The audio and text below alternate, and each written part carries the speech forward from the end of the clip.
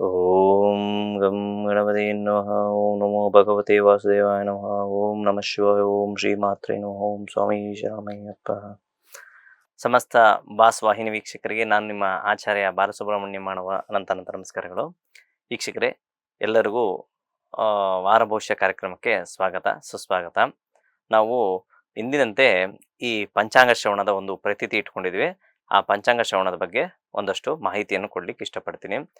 ಶ್ರೀ ವಿಶ್ವವಸು ನಾಮ ಸಂವತ್ಸರ ಉತ್ತರಾಯಣ, ಗ್ರೀಷ್ಮ ಋತು, ಆಷಾಢ ಮಾಸ, ಶುಕ್ಲ ಪಕ್ಷ, ಚೌತಿ, ಪಂಚಮಿ, ಷಷ್ಠಿ, ಸಪ್ತಮಿ, ಅಷ್ಟಮಿ, ನವಮಿ ಹಾಗೂ ದಶಮಿ ಈ ವಾರದಲ್ಲಿ ನಡೆಯುವಂತಹ ಒಂದು ತಿಥಿ ವರ್ಗಗಳಾಗಿರ್ತದೆ. ತದನಂತರ ಆಷಾಢ ಶುಕ್ರವಾರ ಬರ್ತದೆ. ಅತ್ಯಂತ ಶುಭಕರವಾದಂತಹ ಒಂದು ಶುಕ್ರವಾರ. ಈ ವಾರಗಳಲ್ಲಿ ಯಾರೆಲ್ಲ ಮಾತ್ರೆಯರು ಆ ಸ್ತ್ರೀ ದೇವರು ಅಥವಾ ಹೆಣ್ಣು ದೇವರನ್ನ ಆರಾಧನೆ ಪೂಜೆ ಮಾಡುವಂಥದ್ದು ಪ್ರಕ್ರಿಯೆ ಇಟ್ಕೊಂಡ್ರೆ ಖಂಡಿತವಾಗ್ಲೂ ಅವರ ಮನೆಯಲ್ಲಿ ಸಾಕಷ್ಟು ಬದಲಾವಣೆ ಅಂದ್ರೆ ಶುಭ ರಶ್ಮಿಗಳು ಚೆಲ್ಲುವಂತ ಸಾಧ್ಯತೆಗಳು ಹೆಚ್ಚಾಗಿರ್ತದೆ. ಹಣಕಾಸಿನ ವಿಚಾರ ಇರ್ಬೋದು, ಮಾನಸಿಕ ವಿಚಾರದಲ್ಲಿ ಇರ್ಬೋದು, ಅಥವಾ ನಿಮ್ಮ ಒಂದು ಆರೋಗ್ಯದ ವಿಚಾರದಲ್ಲಿ ಇರ್ಬೋದು, ಕುಟುಂಬದ ಒಂದು ಏಳಿಗೆ ವಿಚಾರ ಆಗಿರ್ಬೋದು, ಖಂಡಿತವಾಗ್ಲೂ ಉತ್ತರೋತ್ತರ ಅಭಿವೃದ್ಧಿ ಮಾಡೋ ಸಾಧ್ಯತೆಗಳು ಹೆಚ್ಚಾಗಿರ್ತದೆ. ಯಾರೆಲ್ಲ ಸಾಧ್ಯ ಆಗುತ್ತೋ ಹೆಣ್ಣು ದೇವಾಲಯಕ್ಕೆ ಹೋಗಿ ಪ್ರಾರ್ಥನೆ ಮಾಡಿಕೊಂಡು ದೀಪವನ್ನು ಹಚ್ಚುವಂತ ಪ್ರಯತ್ನಗಳು ಮಾಡಿ ತುಂಬಾ ಒಳ್ಳೆಯದಾಗುತ್ತೆ. ಇನ್ನ ಗ್ರಹಗಳ ಒಂದು ಆಧಾರ ಅಂದ್ರೆ ಯಾವ ಭಚಕ್ರದಲ್ಲಿ ಯಾವ ಯಾವ ಭಾವದಲ್ಲಿ ಯಾವ್ಯಾವ ಗ್ರಹಗಳು ಸ್ಥಿತರಾಗಿರ್ತಾರೆ ಅಂದ್ರೆ, ಪ್ರಪ್ರಥಮ ಬಾರಿಗೆ ನೋಡಿ, ಮಿಥುನ ರಾಶಿಯಲ್ಲಿ ರವಿ ಹಾಗೂ ಗುರುವಿನ ಒಂದು ಸಂಚಾರವಾಗುತ್ತೆ. ಚಂದ್ರ ಹಾಗೂ ಬುಧರ ಸಂಯೋಗ ಒಂದು ಕರ್ಕ ರಾಶಿಯಲ್ಲಿ ಸಂಚಾರ.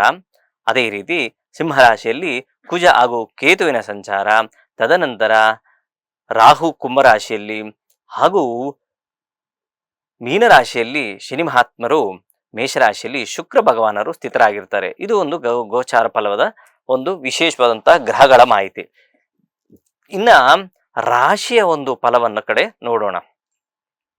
ಮೇಷರಾಶಿ ನೋಡಿ, ಮೇಷರಾಶಿಯಲ್ಲಿ ಜನನವಾಗಿರೋರಿಗೆ ಸ್ವಲ್ಪ ಆತಂಕದ ವಾತಾವರಣ, ಹಣಕಾಸಿನ ವಿಚಾರದಲ್ಲಿ ಸ್ವಲ್ಪ ಏನೋ ಒಂದು ರೀತಿಯಾದಂಥ ಡಿಸ್ಟರ್ಬ್ ಆಗುವಂಥದ್ದು. ಅಂದ್ರೆ ಯಾರಿಗೋ ಕೊಟ್ಟಿರ್ತೀರಾ, ಅವರಿಂದ ನೀವು ಹಣಕಾಸನ್ನ ತೆಗೆದುಕೊಳ್ಳೋಕ್ಕಾಗೋದಿಲ್ಲ. ಏನೋ ಒಂದು ರೀತಿಯಂತ ಸಮಸ್ಯೆಗಳು ಕೊಡುವಂಥದ್ದು ಹಣಕಾಸಿನ ವಿಚಾರದಲ್ಲಿ ಹೆಚ್ಚಾಗಿ ಕಾಣಿಸುತ್ತೆ. ಅದರೊಟ್ಟಿಗೆ ನಿಮ್ಮ ಆರೋಗ್ಯದಲ್ಲಿ ಸ್ವಲ್ಪ ಚೇತರಿಕೆಯನ್ನು ಕಾಣ್ತೀರಾ. ಮಕ್ಕಳ ವಿಚಾರದಲ್ಲಿ ಸ್ವಲ್ಪ ಕಿರಿಕಿರಿ ಆಗುವಂಥ ಸಾಧ್ಯತೆಗಳು ಸಹ ಉಂಟು. ಆ ಕಾರಣದಿಂದ ಮಕ್ಕಳ ಜೊತೆ ಏನಾದರೂ ಮಾತಾಡ್ಬೇಕಂದ್ರೆ ಸ್ವಲ್ಪ ಯೋಚನೆ ಮಾಡಿ ಮಾತಾಡಿ.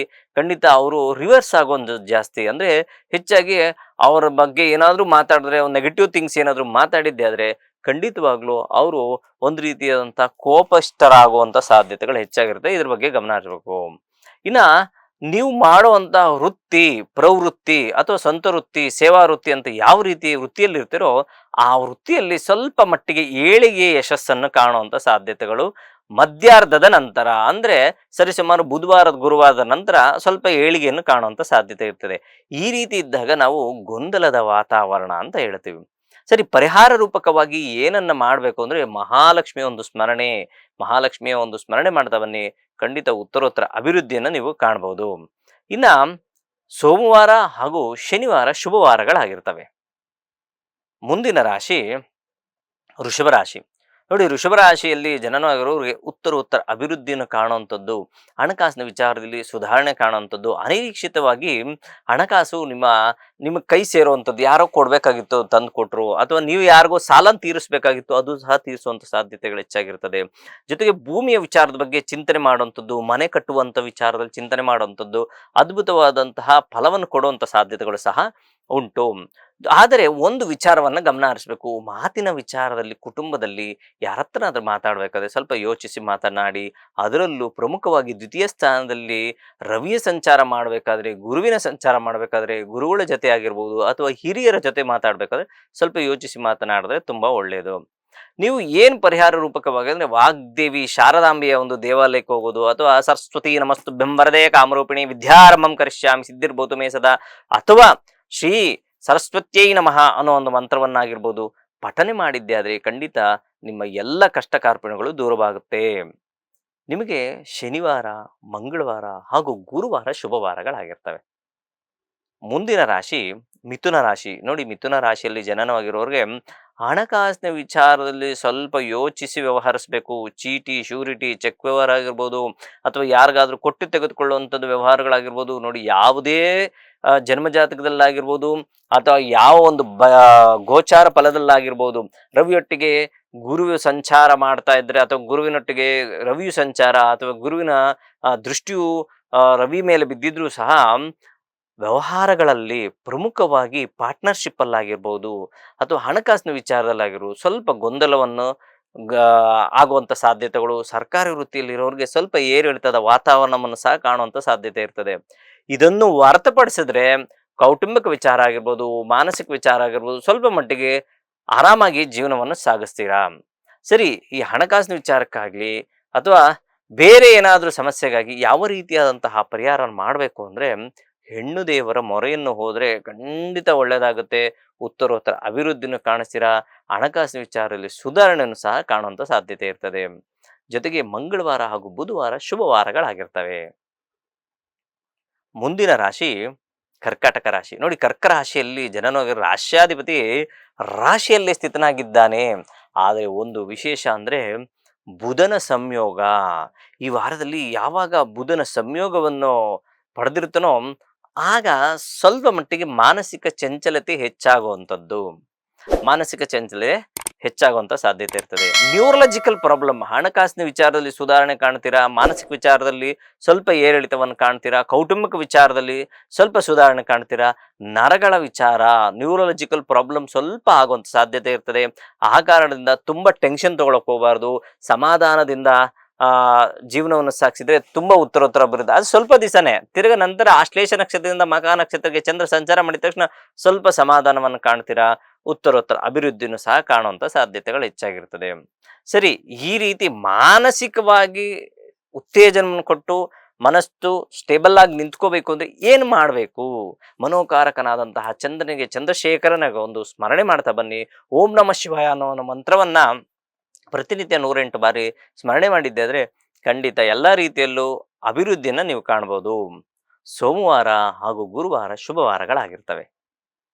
ಮುಂದಿನ ರಾಶಿ ಸಿಂಹರಾಶಿ. ಸಿಂಹರಾಶಿಯಲ್ಲಿ ಜನನವಾಗಿರೋರಿಗೆ ನೋಡಿ, ಹಣಕಾಸಿನ ವಿಚಾರದಲ್ಲಿ ಯಾವುದೇ ರೀತಿಯಂಥ ಸಮಸ್ಯೆ ಕಾಣೋದಿಲ್ಲ ಅಷ್ಟಾಗಿ. ಯಾಕಂದರೆ ಅಷ್ಟಮದಲ್ಲಿ ಶನಿ ಮಹಾತ್ಮರು ಸಂಚಾರ ಮಾಡಬೇಕಾದ್ರೆ ಆರೋಗ್ಯದಲ್ಲಿ ಸ್ವಲ್ಪ ಏರಿಳಿತವನ್ನು ಕಾಡುವಂಥ ಸಾಧ್ಯತೆ ಇರ್ತದೆ.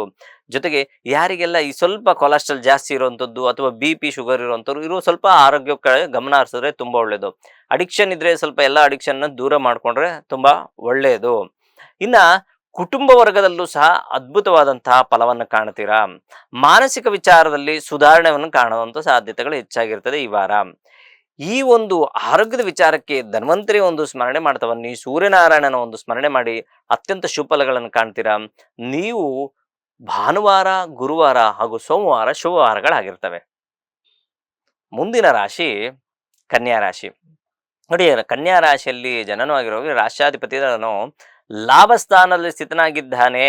ಏನೋ ಒಂದು ರೀತಿಯಾದಂಥ ಲಾಭವನ್ನು ಗಳಿಸ್ಕೊಡ್ಬೇಕು, ಯಾವುದೋ ಒಂದು ಅನಿರೀಕ್ಷಿತವಾಗಿ ಹಣಕಾಸಿನ ವಿಚಾರದಲ್ಲಿ ಸುಧಾರಣೆಯನ್ನು ಕಾಣುವಂಥ ಸಾಧ್ಯತೆ ಇರ್ತದೆ. ದಶಮ ಸ್ಥಾನದಲ್ಲಿ ರವಿ ಹಾಗೂ ಗುರುವಿನ ಸಂಚಾರ, ಈ ಎರಡು ವಿಗ್ರಹಗಳ ಸಂಚಾರ ಮಾಡಬೇಕಾದ್ರೆ ಯಾವುದೇ ರೀತಿಯಾದಂಥ ವ್ಯವಹಾರಿಕ ವಿಚಾರದಲ್ಲಿ ಯೋಚಿಸಿ ವ್ಯವಹರಿಸಿದ್ರೆ ಖಂಡಿತವಾಗ್ಲೂ ಹಣಕಾಸಿನ ವಿಚಾರದಲ್ಲಿ ಒಂದು ಅಭಿವೃದ್ಧಿಯನ್ನು ಕಾಣುವಂಥ ಸಾಧ್ಯತೆಗಳು ಹೆಚ್ಚಾಗಿರ್ತದೆ. ಕುಟುಂಬದಲ್ಲಿ ಸಮಾಧಾನವಾದಂತಹ ವಾತಾವರಣ, ಆರೋಗ್ಯದಲ್ಲಿ ಹೊಟ್ಟೆಗೆ ಸಂಬಂಧಪಟ್ಟಿರುವಂತಹ ಸ್ವಲ್ಪ ಗ್ಯಾಸ್ಟ್ರೈಟಿಸ್ ಜಾಸ್ತಿ ಆಗುವಂಥದ್ದು, ಅಥವಾ ಅಜೀರ್ಣತೆ ಜಾಸ್ತಿ ಆಗುವಂಥದ್ದು, ಅಥವಾ ಪಿತ್ತ ಜಾಸ್ತಿ ಆಗುವಂಥದ್ದು, ಈ ರೀತಿಯಾದಂಥ ವಾತಾಪಿತ್ತ ಕಫದಲ್ಲಿ ಸ್ವಲ್ಪ ವ್ಯತ್ಯಾಸವನ್ನು ಸಹ ಕಾಣುವಂಥ ಸಾಧ್ಯತೆ ಹೆಚ್ಚಾಗಿರ್ತದೆ. ಹೀಗಿದ್ದಾಗ ನಾವು ಏನು ಮಾಡಬೇಕು? ಅಭಿವೃದ್ಧಿಗಾಗಿ, ಜೊತೆಗೆ ಆರೋಗ್ಯಕ್ಕಾಗಿ, ಮಾನಸಿಕ ಚಿಂತೆಗಾಗಿ ಎಲ್ಲ ವಿಚಾರದಲ್ಲೂ ಲಕ್ಷ್ಮೀನಾರಾಯಣನ ಒಂದು ಸ್ಮರಣೆ ಮಾಡಿದ್ರೆ ಕನ್ಯಾ ರಾಶಿಯವರು ಉತ್ತರೋತ್ತರ ಅಭಿವೃದ್ಧಿಯನ್ನು ಖಂಡಿತ ಕಾಣಬಹುದು. ಬುಧವಾರ ಹಾಗೂ ಸೋಮವಾರ ಶುಭವಾರಗಳಾಗಿರ್ತವೆ. ಮುಂದಿನ ರಾಶಿ ತುಲಾರಾಶಿ. ನೋಡಿ, ತುಲಾರಾಶಿಯಲ್ಲಿ ಜನನವಾಗಿರೋರಿಗೆ ಏನೋ ಸ್ವಲ್ಪ ಮಟ್ಟಿಗೆ ಬೆಳಕಿನ ಹಾದಿಯನ್ನು ಕಂಡಿರ್ತೀರಾ. ಖಂಡಿತ ಅದೇ ಹಾದಿಯಲ್ಲಿ ನಡೆದಿದ್ದೇ ಆದರೆ ಉತ್ತರೋತ್ತರ ಅಭಿವೃದ್ಧಿಯನ್ನು ಕಾಣುವಂಥ ಸಾಧ್ಯತೆ ಇರ್ತದೆ. ಭಾಗ್ಯದಲ್ಲಿ ಗುರುವಿನ ಸಂಚಾರ ಮಾಡೋದರಿಂದ ಭಾಗ್ಯೋದಯವಾಗುತ್ತೆ ಅಂತ ಸಹ ಹೇಳ್ತದೆ ಶಾಸ್ತ್ರ. ಜೊತೆಗೆ ದಶಮ ಸ್ಥಾನದಲ್ಲಿ ಬುಧನು ಸ್ಥಿತನಾದಾಗ ಬುದ್ಧಿವಂತಿಕೆಯಿಂದ ನಿಮ್ಮ ಕರ್ಮವನ್ನು ನಿರ್ವಹಿಸ್ತೀರಾ. ಉತ್ತರೋತ್ತರ ಅಭಿವೃದ್ಧಿಯನ್ನು ಕಾಣುತ್ತೀರಾ. ಆರೋಗ್ಯದ ವಿಚಾರದಲ್ಲಿ ಚೇತರಿಕೆಯನ್ನು ಕಾಣುವಂತ ಸಾಧ್ಯತೆ ಹೆಚ್ಚಾಗಿರುತ್ತದೆ. ಜೊತೆಗೆ ಮಾನಸಿಕ ವಿಚಾರದಲ್ಲೂ ಚಂಚಲತೆಯಿಂದ ದೂರವಾಗಿ ನಿಮ್ಮ ಮನಸ್ಸು ಸಹ ಒಂದು ಸ್ಥಿರವಾಗಿ ನಿಲ್ಲುವಂತ ಸಾಧ್ಯತೆಗಳು ಹೆಚ್ಚಾಗಿರುತ್ತದೆ. ಸ್ವಲ್ಪ ದೇವಾಲಯಗಳ ದರ್ಶನವನ್ನು ಮಾಡಬೇಕು. ಸ್ವಲ್ಪ ತುಲಾರಾಶಿಯವರು ಮನಸ್ಸಿಟ್ಟರೆ ತುಂಬಾ ದೇವರ ಪೂಜೆ ಮಾಡ್ತಾರೆ, ಇಲ್ಲಾಂದ್ರೆ ಮಾಡ್ಲಿಕ್ಕೆ ಸಾಧ್ಯ ಇಲ್ಲ. ಎಲ್ಲವನ್ನು ಬ್ಯಾಲೆನ್ಸ್ ಮಾಡ್ಲಿಕ್ಕೆ ಪ್ರಯತ್ನ ಮಾಡುವಂತ ಸಾಧ್ಯತೆಗಳು ಹೆಚ್ಚಾಗಿರ್ತದೆ. ಆ ಕಾರಣದಿಂದ ವಿನಾಯಕನ ಒಂದು ಸ್ಮರಣೆ ಮಾಡಿ ಖಂಡಿತ ಈ ವಾರ ಅದ್ಭುತವಾದಂತಹ ಫಲವನ್ನ ಖಂಡಿತ ಕಾಣಬಹುದು. ಸೋಮವಾರ, ಶುಕ್ರವಾರ ಹಾಗೂ ಶನಿವಾರ ಶುಭವಾರಗಳಾಗಿರ್ತವೆ. ಮುಂದಿನ ರಾಶಿ ವೃಶ್ಚಿಕ ರಾಶಿ. ನೋಡಿ, ವೃಶ್ಚಿಕ ರಾಶಿಯಲ್ಲಿ ಜನನಾಯಕರು ರಾಶ್ಯಾಧಿಪತಿಯಾದಂತಹ ಕುಜ ಕೇತುವಿನ ಸಂಯೋಗ ಪಟ್ಟಿದ್ದಾನೆ. ಏನು ಸ್ವಲ್ಪ ಈ ಯಾವುದೋ ಕೈ ಕುಯ್ಕೊಳ್ಳುವಂಥದ್ದು ಅಥವಾ ಯಾವುದೋ ಒಂದು ಸುಟ್ಕೊಂಡ್ಬಿಡೋದು ಕೈ, ಅಥವಾ ಮನೆಯಲ್ಲಿ ಗ್ಯಾಸಿನ ವಿಚಾರದಲ್ಲಿ ಸ್ವಲ್ಪ ಅಲರ್ಟ್ ಆಗಿರ್ಬೇಕು, ಬೆಂಕಿ ವಿಚಾರದಲ್ಲಿ ಸ್ವಲ್ಪ ಹುಷಾರಾಗಿರ್ಬೇಕು, ನೀರಿನ ವಿಚಾರದಲ್ಲಿ ಸ್ವಲ್ಪ ಹುಷಾರಾಗಿದ್ರೆ ಒಳ್ಳೇದು.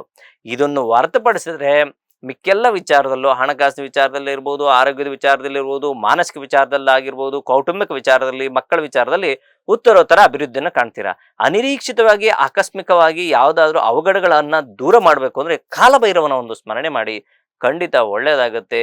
ಭಾನುವಾರ, ಸೋಮವಾರ, ಬುಧವಾರ ಶುಭವಾರಗಳಾಗಿರ್ತವೆ. ಮುಂದಿನ ರಾಶಿ ಧನುಸು ರಾಶಿ. ಧನುರಾಶಿಯಲ್ಲಿ ಜನನವಾಗಿರೋರಿಗೆ ಯಾವುದೇ ಒಂದು ಕಷ್ಟ ಬಂದರೂ ಖಂಡಿತವಾಗ್ಲೂ ಎದುರಿಸುವ ಶಕ್ತಿ ಆ ಗುರು ಭಗವಾನನಿಂದ ನಿಮಗೆ ಸಿಗುವಂತ ಸಾಧ್ಯತೆಗಳು ಹೆಚ್ಚಾಗಿರ್ತದೆ. ಈ ವಾರದಲ್ಲಿ ಅನಿರೀಕ್ಷಿತವಾಗಿ ಯಾವುದೋ ಬರುವಂತಹ ಹಣ ನಿಮ್ಮ ಕೈ ಸೇರುವಂಥದ್ದು, ವ್ಯವಹಾರಗಳಲ್ಲಿ ಸ್ವಲ್ಪ ಏರಿಳಿತದ ವಾತಾವರಣ ಇದ್ರೂ ಸಹ ಮುಂದಕ್ಕೆ ಸಾಗುವಂತಹ ಸಾಧ್ಯತೆಗಳು ಹೆಚ್ಚಾಗಿರ್ತದೆ. ಹಿರಿಯರ ಒಂದು ಮಾರ್ಗದರ್ಶನ ನಿಮಗೆ ಅತಿ ಮುಖ್ಯವಾಗಿರ್ತದೆ. ಯಾರಾದ್ರೂ ಒಳ್ಳೆಯ ದೊಡ್ಡವರಿಂದ ಒಂದು ಆಶೀರ್ವಾದಗಳನ್ನು ಪಡ್ಕೊಳ್ಳಿ, ಖಂಡಿತ ಒಳ್ಳೇದಾಗುತ್ತೆ. ಸ್ವಲ್ಪ ಉದರ ಬಾಧೆ ಅಂದ್ರೆ ಹೊಟ್ಟೆಗೆ ಸಂಬಂಧಪಟ್ಟಿರಂತ ಏನೋ ಒಂದು ಸ್ವಲ್ಪ ಓವರ್ ಹೀಟ್ ಆಗುವಂಥದ್ದು, ಅಥವಾ ಇನ್ಫೆಕ್ಷನ್ ಆಗುವಂಥದ್ದು, ಅಥವಾ ಸ್ಟಮಕ್ ರಿಲೇಟೆಡ್ ಯಾವ್ದಾದ್ರು ಒಂದು ಸಣ್ಣ ಪುಟ್ಟ ಸಮಸ್ಯೆಗಳಾಗುವಂತ ಸಾಧ್ಯತೆ ಇರ್ತದೆ. ಆ ಕಾರಣದಿಂದ ಹೆಚ್ಚಾಗಿ ನೀರಿನ ಸೇವನೆ ಮಾಡಿಕೊಂಡ್ರೆ ತುಂಬಾ ಒಳ್ಳೆಯದು. ಇನ್ನು ಕುಟುಂಬದಲ್ಲಿ ಉತ್ತರೋತ್ತರ ಅಭಿವೃದ್ಧಿ, ಎಲ್ಲರೂ ಸಮಾಧಾನವಾದಿಂದ ಜೀವನವನ್ನು ಸಾಗಿಸುವಂಥದ್ದು. ಯಾರಿಗೆಲ್ಲ ಹೆಣ್ಣು ಅಂದ್ರೆ ಪ್ರಮುಖವಾಗಿ ಯಾರೆಲ್ಲ ಹೆಣ್ಣು ಮಕ್ಕಳು ಧನುಸು ರಾಶಿಯಲ್ಲಿ ಜನನಾಗಿರ್ತಾರೋ ಅವ್ರಿಗಂತೂ ಅದ್ಭುತವಾದಂತಹ ಫಲವನ್ನು ಕೊಡುವಂತ ವಾರ ಈ ವಾರ ಆಗಿರುತ್ತದೆ. ನೀವು ಮಾಡ್ಬೇಕಾಗಿರೋದು ಹೆಣ್ಣು ದೇವರ ಒಂದು ಸ್ಮರಣೆ, ಜೊತೆಗೆ ಸುಬ್ರಹ್ಮಣ್ಯನ ಒಂದು ಸ್ಮರಣೆ ಮಾಡಿ ಉತ್ತರೋತ್ತರ ಅಭಿವೃದ್ಧಿ ಕಾಣ್ತೀರಾ. ಗುರುವಾರ, ಸೋಮವಾರ ಹಾಗೂ ಶನಿವಾರ ಶುಭವಾರಗಳಾಗಿರ್ತವೆ. ಮುಂದಿನ ರಾಶಿ ಮಕರ ರಾಶಿ. ಮಕರ ರಾಶಿಯಲ್ಲಿ ರಾಶ್ಯಾಧಿಪತಿಯಾದಂತಹ ಶನಿ ಮಹಾತ್ಮರು ತನ್ನ ಮಿತ್ರ ಕ್ಷೇತ್ರ, ತಮ್ಮ ಸಮಬಲರ ಕ್ಷೇತ್ರದಲ್ಲಿ ಸ್ಥಿತನಾಗಿದ್ದಾನೆ. ಅಂದ್ರೆ ಕಮ್ಯುನಿಕೇಶನ್ ಜಾಗದಲ್ಲಿ ಕೂತ್ಕೊಂಡಿದ್ದಾನೆ. ಏನೋ ಯೋಚನೆ ಮಾಡ್ತಾ ಇರ್ತೀರಾ, ಆ ಯೋಚನೆ ಕರೆಕ್ಟ್ ಆಗಿ ಇಲ್ವೋ ಅನ್ನೋದು ಸ್ವಲ್ಪ ಗೊಂದಲ. ಅಂದ್ರೆ ಯಾವುದೋ ಒಂದು ರಿಯಲ್ ಎಸ್ಟೇಟ್ ಮಾಡೋವಂಥದ್ದಾಗಿರ್ಬೋದು, ಅಥವಾ ನೀವು ಯಾವುದೋ ಒಂದು ರೆಸ್ಯೂಮ್ ಬೇರೆಯವ್ರ ಕಡೆ ಹಾಕ್ಬೇಕು, ಆದ್ರಿಂದ ನನಗೇನಾದ್ರೂ ಲಕ್ ಸಿಗುತ್ತಾ, ಈ ವರ್ಷ ಏನಾದರೂ ನನಗೆ ಬೇರೆ ಕೆಲಸ ಸಿಗುತ್ತಾ, ಅಥವಾ ಗೌರ್ಮೆಂಟ್ ಏನಾದರೂ ನನಗೇನಾದ್ರೂ ಗೌರ್ಮೆಂಟ್ ಇಂದ ಅನುಕೂಲ ಆಗುತ್ತಾ ಅನ್ನೋದೆಲ್ಲ ಏನೇನೋ ಪ್ಲಾನ್ ಆಗ್ತಾ ಇರ್ತೀರಾ. ಬಟ್ ಆ ಪ್ಲಾನ್ಸ್ ಎಲ್ಲ ಅಷ್ಟಾಗಿ ವರ್ಕೌಟ್ ಆಗೋದಿಲ್ಲ. ಇದನ್ನ ಗಮನ ಹರಿಸ್ಬೇಕು. ಅದೇ ರೀತಿ ಕುಟುಂಬ ಸ್ಥಾನದಲ್ಲೇ ರಾಹುವಿನ ಸಂಚಾರ ಮಾಡಬೇಕಾದ್ರೆ ಏನ್ ಹೇಳ್ತದೆ, ಅನಿರೀಕ್ಷಿತವಾಗಿ ಯಾರಿಗಾದ್ರೂ ಮನೆಯಲ್ಲಿ ಸ್ವಲ್ಪ ಆರೋಗ್ಯದಲ್ಲಿ ವ್ಯತ್ಯಾಸ ಕಾಣುವಂಥ ಸಾಧ್ಯತೆಗಳಿರ್ತದೆ. ಅದರೊಟ್ಟಿಗೆ ಮನೋಕಾರಕನಾದಂತಹ ಚಂದ್ರ ಸಪ್ತಮದಿಂದ ದೃಷ್ಟಿಯನ್ನು ಬಿದ್ದು ಬುಧನ ಒಟ್ಟಿಗೆ ಯುತಿ ಪಡೆದಾಗ ಮನಸ್ಸು ಸಹ ಚಂಚಲವತ್ತವಾಗಿರುತ್ತದೆ. ಈ ರೀತಿ ಸ್ವಲ್ಪ ಗೊಂದಲದ ವಾತಾವರಣ. ಸರಿ, ಈ ಗೊಂದಲದಿಂದ ದೂರ ಬರಬೇಕು. ಯಾಕಂದ್ರೆ ಚತುರ್ಥದಲ್ಲಿ ಶುಕ್ರನ ಸಂಚಾರ ಮಾಡ್ಬೇಕಾದ್ರೆ ಸುಖಸ್ಥಾನ ಅಂದ್ರೆ ಸುಮ್ಮನೆ ಸ್ವಲ್ಪ ಸೋಂಬೇರಿತನವನ್ನು ತೋರಿಸುತ್ತೆ. ಇದನ್ನೆಲ್ಲವನ್ನು ತೋರಿಸಿದಾಗ ನಾವ್ ಏನ್ ಮಾಡ್ಬೇಕು, ಮಕರ ರಾಶಿಯಲ್ಲಿ ಇದ್ದವರು ಯಾವ ರೀತಿಯಾದಂತಹ ದೇವರ ಸ್ಮರಣೆ ಮಾಡ್ಬೇಕು ಅಂದ್ರೆ, ಸಾಕ್ಷಾತ್ ಲಕ್ಷ್ಮೀನಾರಸಿಂಹ, ಲಕ್ಷ್ಮೀನಾರಾಯಣ, ಲಕ್ಷ್ಮೀ ವೆಂಕಟರಮಣ ದೇವರ ಸ್ಥಾನನ ಒಂದು ಸ್ಮರಣೆ ಮಾಡ್ತಾ ಬನ್ನಿ. ಖಂಡಿತ ಅದ್ಭುತವಾದಂತಹ ಫಲವನ್ನು ಕಾಣ್ತೀರಾ, ಉತ್ತರೋತ್ತರ ಅಭಿವೃದ್ಧಿನೂ ಕಾಣ್ತೀರಾ. ಶನಿವಾರ ಹಾಗೂ ಬುಧವಾರ ಶುಭವಾರಗಳಾಗಿರ್ತವೆ. ಮುಂದಿನ ರಾಶಿ ಕುಂಭರಾಶಿ. ಕುಂಭರಾಶಿಯಲ್ಲಿ ಜನನವಾಗಿರೋರಿಗೆ ಸ್ವಲ್ಪ ಸಮಾಧಾನ, ಅಂದ್ರೆ ಸಂಪೂರ್ಣವಾಗಿ ಒಳ್ಳೇದಾಗುತ್ತೆ ಅಂತ ಹೇಳಲಿಕ್ಕಾಗಲ್ಲ. ಯಾಕಂದ್ರೆ ಪಂಚಮದ ಗುರು ಏನ್ ಹೇಳ್ತದೆ ಅಂದ್ರೆ, ಗುರುವಿನ ಅತಿ ಹೆಚ್ಚಾಗಿದೆ, ನೀವು ಎಲ್ಲಾ ಕಷ್ಟ ಕಾರ್ಪಣ್ಯಗಳು ದೂರವಾಗುತ್ತೆ ಅನ್ನೋದಿಲ್ಲ. ಯಾಕೆ ಅಂದ್ರೆ ನಿಮ್ಮ ಒಂದು ಸಮಸ್ಯೆಗಳು ಹಿರಿದಾಗಿರ್ತದೆ. ನಿಮ್ಮ ಒಂದು ಇನ್ಕಮ್ ಏನು ಆದಾಯ ಅಂತ ಹೇಳ್ತೀವೋ ಅದು ಕಿರಿದಾಗಿರ್ತದೆ. ಆ ಕಿರಿದಾಗಿದ್ದಾಗಿಂದ ನಿಮ್ಮ ಸಮಸ್ಯೆಗಳನ್ನ ತುಂಬಾ ಸಂಪೂರ್ಣವಾಗಿ ನಾವು ಕ್ಲಿಯರ್ ಮಾಡ್ತೀವಿ ಅನ್ನೋ ಒಂದು ಧೈರ್ಯ ಕಮ್ಮಿನೇ ಇರ್ತದೆ.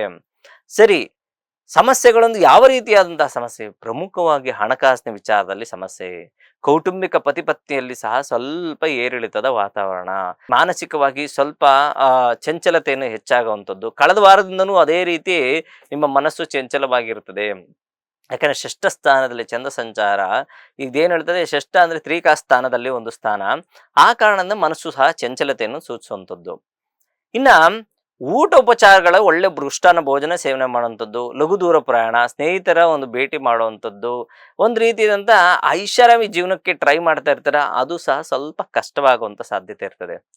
ಏನು ಮಾಡಿದ್ರೆ ಉತ್ತರೋತ್ತರ ಅಭಿವೃದ್ಧಿ ಮಾಡ್ಕೊಂತೀವಿ, ಉತ್ತರೋತ್ತರ ಅಭಿವೃದ್ಧಿಯಿಂದ ನಾವು ಏಳಿಗೆಯನ್ನು ಕಾಣ್ತೀವಿ ಅಂದರೆ ಹನುಮಂತನ ಸ್ಮರಣೆ ಸಾಡೆ ಸಾತ್ ಇರೋದ್ರಿಂದ ಬೇಕೇ ಬೇಕು. ಅದರ ಒಟ್ಟಿಗೆ ನೀವು ಗುರುಗಳ ಒಂದು ಸ್ಮರಣೆ ಮಾಡ್ತಾ ಬನ್ನಿ, ಖಂಡಿತ ಒಳ್ಳೆಯದಾಗುತ್ತೆ. ಜೊತೆಗೆ ಗುರುವಾರ ಹಾಗೂ ಶನಿವಾರ ಶುಭವಾರಗಳಾಗಿರ್ತವೆ. ಮುಂದಿನ ರಾಶಿ ಮೀನರಾಶಿ. ಮೀನರಾಶಿಯಲ್ಲಿ ಜನನವಾಗಿರೋರಿಗೆ ಸ್ವಲ್ಪ ಸಮಾಧಾನವಾದಂತಹ ವಾರವನ್ನು ಕಾಣ್ತೀರಾ. ಪತಿ ಪತ್ನಿಯಲ್ಲಿ ಸ್ವಲ್ಪ ಏನೋ ಕಿರಿಕಿರಿ ಇರ್ತದೆ, ಆ ಕಿರಿಕಿರಿ ಸಹ ದೂರವಾಗುವಂಥದ್ದು. ಮಕ್ಕಳ ವಿಚಾರದಲ್ಲಿ ಸಮಾಧಾನವನ್ನು ಕಾಣುವಂಥದ್ದು. ಊಟ ಉಪಚಾರಗಳಲ್ಲಿ ಒಳ್ಳೆಯ ಒಂದು ಮೃಷ್ಟಾನ್ನ ಭೋಜನ ಸೇವನೆ ಮಾಡುವಂಥದ್ದು. ಕೆಲಸದ ವಿಚಾರದಲ್ಲಿ ಪ್ರಮುಖವಾಗಿ ಏನೋ ಒಂದು ಹೊಸ ಕೆಲಸಕ್ಕೆ ನಾನು ಟ್ರೈ ಮಾಡ್ತಾ ಇದ್ದೀನಿ, ಸಿಗುತ್ತೋ ಸಿಗಲ್ವೋ ಅನ್ನೋರಿಗೆ ಖಂಡಿತವಾಗ್ಲೂ ಈ ವಾರ ಯಾವುದೋ ಒಂದು ನೀವು ರೆಸ್ಯೂಮ್ಗೆ ಒಂದು ರೆಸ್ಪಾನ್ಸ್ ಬರುವಂಥದ್ದು ಅಥವಾ ಯಾವುದೋ ಒಂದು ಇಂಟರ್ವ್ಯೂ ಆಗುವಂಥದ್ದು, ಈ ರೀತಿಯಾದಂತಹ ವಾತಾವರಣವನ್ನು ಕಾಣುವಂಥ ಹೆಚ್ಚಾಗಿ ಮೀನರಾಶಿಯವರಿಗೆ ಇದೆ. ಅದರೊಟ್ಟಿಗೆ ದೈವ ದರ್ಶನವನ್ನು ಮಾಡುವಂಥದ್ದು, ಯಾವುದಾದ್ರೂ ಒಂದು ಹೆಣ್ಣು ದೇವರ ದರ್ಶನ ಮಾಡಿದ್ದಾದರೆ ಖಂಡಿತ ಉತ್ತರೋತ್ತರ ಅಭಿವೃದ್ಧಿಯನ್ನು ಸಹ ಕಾಣುವಂಥದ್ದು. ಅಥವಾ ನದಿ ಸ್ನಾನ ಅಥವಾ ಸಮುದ್ರ ಸ್ನಾನಕ್ಕೆ ಹೋದಿದೆ, ಯಾಕಂದರೆ ಜಲತತ್ವ ರಾಶಿ ಆಗಿರೋದ್ರಿಂದ ಒಂದು ನದಿ ಸ್ನಾನ ಅಥವಾ ಸಮುದ್ರ ಸ್ನಾನ ಮಾಡಿದ್ದೆ ಆದರೆ ಉತ್ತರೋತ್ತರ ಅಭಿವೃದ್ಧಿನೂ ಸಹ ಕಾಣ್ತೀರಾ. ಸಾಡೆ ಸಾತಿಯ ಪರಿಣಾಮವೂ ಸಹ ಸ್ವಲ್ಪ ಮಟ್ಟಿಗೆ ಕಮ್ಮಿ ಆಗುತ್ತೆ. ನೀವು ಮಾಡಬೇಕಾಗಿರುವಂಥದ್ದು ಪ್ರಮುಖವಾಗಿ ಸುಬ್ರಹ್ಮಣ್ಯನ ಸ್ಮರಣೆ ಜೊತೆಗೆ ಹನುಮಂತನ ಸ್ಮರಣೆ ಮಾಡಿದರೆ ಎಲ್ಲ ವಿಚಾರದಲ್ಲೂ ಉತ್ತರೋತ್ತರ ಅಭಿವೃದ್ಧಿನ ಕಾಣುವಂಥದ್ದು ಸಾಧ್ಯತೆಗಳು ಹೆಚ್ಚಾಗಿರ್ತದೆ ಅಂತ ಹೇಳ್ತಾ, ಎಲ್ಲ ವೀಕ್ಷಕರಿಗೂ ಪ್ರಪಂಚದಲ್ಲಿರುವ ಪ್ರಾಣಿ ಪಕ್ಷಿ ಜೀವರಾಶಿ ಸಸ್ಯಚರ ಜಲಚರ ಎಲ್ಲರಿಗೂ ಸಹ ಪರಮಾತ್ಮನು ಆಯುಷ್ಯು ಆರೋಗ್ಯ ಸಂಪತ್ತು ಸಂತೋಷ ನೆಮ್ಮದಿಯನ್ನು ದಯಪಾಲಿಸಲಿ ಅಂತ ನಾನು ಪ್ರಾರ್ಥನೆ ಮಾಡ್ತೇನೆ. ಎಲ್ಲರೂ ಸಮಾನ ಮನಸ್ಕರಾಗಿ ಎಲ್ಲರೂ ಸಮೃದ್ಧಿಯಾದಂತಹ ಜೀವನವನ್ನು ಸಾಗಿಸೋಣ. ಎಲ್ಲರಿಗೂ ಒಂದೇ. ಲೇಟೆಸ್ಟ್ ಹಾಗೂ ಇಂಟ್ರೆಸ್ಟಿಂಗ್ ಸುದ್ದಿಗಳಿಗಾಗಿ ಬಾಸ್ ಟಿವಿ ಕನ್ನಡ ಚಾನೆಲ್ನ ಸಬ್ಸ್ಕ್ರೈಬ್ ಮಾಡಿ, ಹಾಗೆಯೇ ಬೆಲ್ ಐಕಾನ್ ಪ್ರೆಸ್ ಮಾಡಿ. ಇದರ ಜೊತೆಗೆ ಫೇಸ್ಬುಕ್, ಇನ್ಸ್ಟಾಗ್ರಾಮ್, ಎಕ್ಸ್ನಲ್ಲೂ ಮಿಸ್ ಮಾಡದೆ ಫಾಲೋ ಮಾಡಿ.